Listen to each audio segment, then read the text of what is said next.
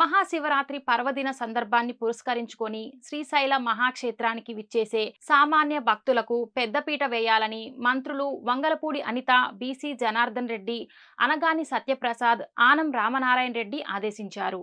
ఎలాంటి తొక్కిసలాటలు లేకుండా శ్రీ బ్రహ్మరాంబ మల్లికార్జున స్వామి వార్లను భక్తులు సంతృప్తికరంగా దర్శించుకునేలా పటిష్టమైన ఏర్పాట్లు చేయాలని అధికారులకు సూచించారు.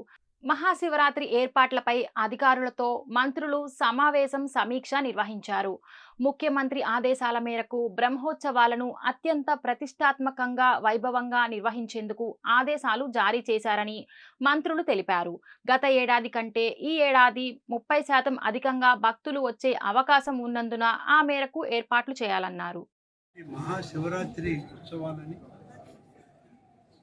అత్యంత వైభవోపేతంగా జరపాలని గౌరవ ముఖ్యమంత్రి శ్రీ నారా చంద్రబాబు నాయుడు గారు రాష్ట్ర ప్రభుత్వ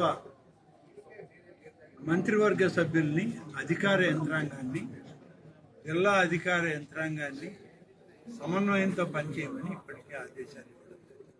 అందులో అక్కడ మంచినీరు దొరకడం కూడా కష్టం.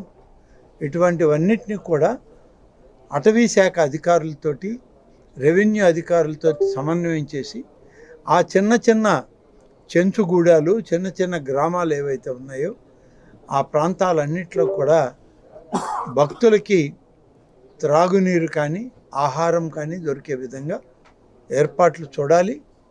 ఆ వచ్చినటువంటి అటవీ శాఖ నిబంధనల్లో ఉన్నటువంటి త్రాగునీటి బాటిల్స్ కానీ ఇటువంటివన్నీ కూడా ఏ విధంగా సమీకరించి డిస్పోజ్ చేయాలనే దాంట్లో సూచించడం జరిగింది.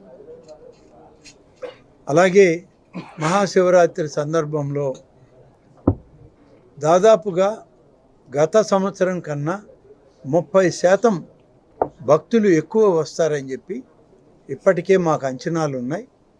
ఈ 30% భక్తులు ఎక్కువ అయ్యే కొంది దానికి తగ్గట్టుగా ఇక్కడ ఏర్పాట్లు ఉండాలి, మ్యాన్ పవర్ ఉండాలి, అన్ని డిపార్ట్మెంట్లలో సమన్వయం రావాలని కూడా చెప్పడం జరిగింది. దీనికి సంబంధించినటువంటి ట్రాఫిక్ ఇబ్బందులు లేకుండా అందరికీ పార్కింగ్ లాట్స్ పెట్టాలి, సీసీ కెమెరాలు పెట్టాలి, సెంట్రల్ కంట్రోల్ రూమ్కి కనెక్ట్ చేయాలి.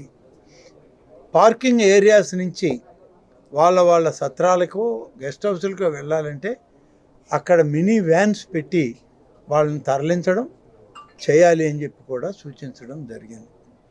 1 తారీఖు నుంచి 3వ తారీఖు వరకు దాదాపు 12-13 రోజుల పాటు ఈ క్షేత్రంలోకి వచ్చే భక్తులు క్యూ లైన్లలో స్వామివారిని, అమ్మవారిని దర్శించుకునేటప్పుడు అందరికీ మంచినీరు, మినరల్ వాటర్ బాటిల్స్, పాలు, ఆడవాళ్ళు, పిల్లలు ఉంటే బిస్కెట్లు, ఇవన్నీ కూడా క్యూ లైన్లలో ఉచితంగానే సరఫరా చేయాలనే నిర్ణయం కూడా తీసుకొని ఆదేశాలు ఇచ్చాం. హోల్డింగ్ ఏరియా సిస్టమ్ పెట్టడం జరుగుతుంది. మేము ఇది ప్రాక్టికల్గా కూడా విజయదశమి దుర్గా ఉత్సవాలప్పుడు చేసి చూసాం. పోలీసులు కూడా ఈ కంపార్ట్మెంట్ సిస్టంలో కొంత బ్యారికేడింగ్ చేసి కంపార్ట్మెంట్లు చేస్తాం. ఒక 500 మంది, 600 మంది అక్కడ ఉండేటట్లు. ఒక్కొక్క కంపార్ట్మెంట్ ఖాళీ అయ్యాక 2వ కంపార్ట్మెంట్లో భక్తులు మొదటి కంపార్ట్మెంట్లకు వెళ్ళడానికి ఏర్పాట్లు చేస్తాం. అవసరమై ఇంకా ఎక్కువైతే రోప్ పార్టీస్ని కూడా కంపార్ట్మెంట్స్ లాగానే తయారు చేసి రోప్ పార్టీలను కూడా పెట్టి భక్తుల్ని క్యూ లైన్లలోకి వదిలిపెట్టడం జరుగుతుంది. ఎలాంటి తొక్కిసలాటకి ఆస్కారం లేకుండా ఈ 12 రోజులు కూడా ప్రతి ఒక్కరికి దర్శనం జరిగే విధంగా ఏర్పాటు చేస్తాం. 23వ తారీఖున సాయంత్రం 6:30 సమయం ఇచ్చారు. మధ్యాహ్నం నుంచి 6:30 లోపల ఏ సమయంలో అయినా గౌరవ ముఖ్యమంత్రి గారు పట్టు వస్త్రాలను సమర్పించడానికి శ్రీశైలం వచ్చేదానికి అవకాశం ఉంది. 1-2 రోజుల్లో మా సోదర శాసనసభ్యులు, ఆలయం అధికారులు, అలాగే దేవాదాయ శాఖ అధికారులు, జిల్లా మంత్రి గారు అందరూ కలిసి ముఖ్యమంత్రి గారిని స్వయంగా వారికి ఆహ్వాన పత్రిక ఇచ్చి ఆహ్వానించడం జరుగుతుంది. శివరాత్రి ఉత్సవాలకు సందర్భంగా ఆ రోడ్డుని రిపేర్ చేసి మంచి వాహనాలు ఎటువంటి ఇబ్బంది లేకుండా ప్రయాణం చేసేదాన్ని ఏర్పాటు చేయమన్నారు. 2 రోజుల పాటు ప్రధానంగా 25, 26 2 రోజుల పాటు దేవస్థానం పరిధిలో ఉన్నటువంటి టోల్స్ కూడా ఏవైతే శ్రీశైలం టోల్ గేట్స్ ఉన్నాయో టెంపుల్ టోల్ గేట్స్ కూడా ఫ్రీ చేసేస్తున్నాం. డబ్బు తీసుకునేది జరగదు.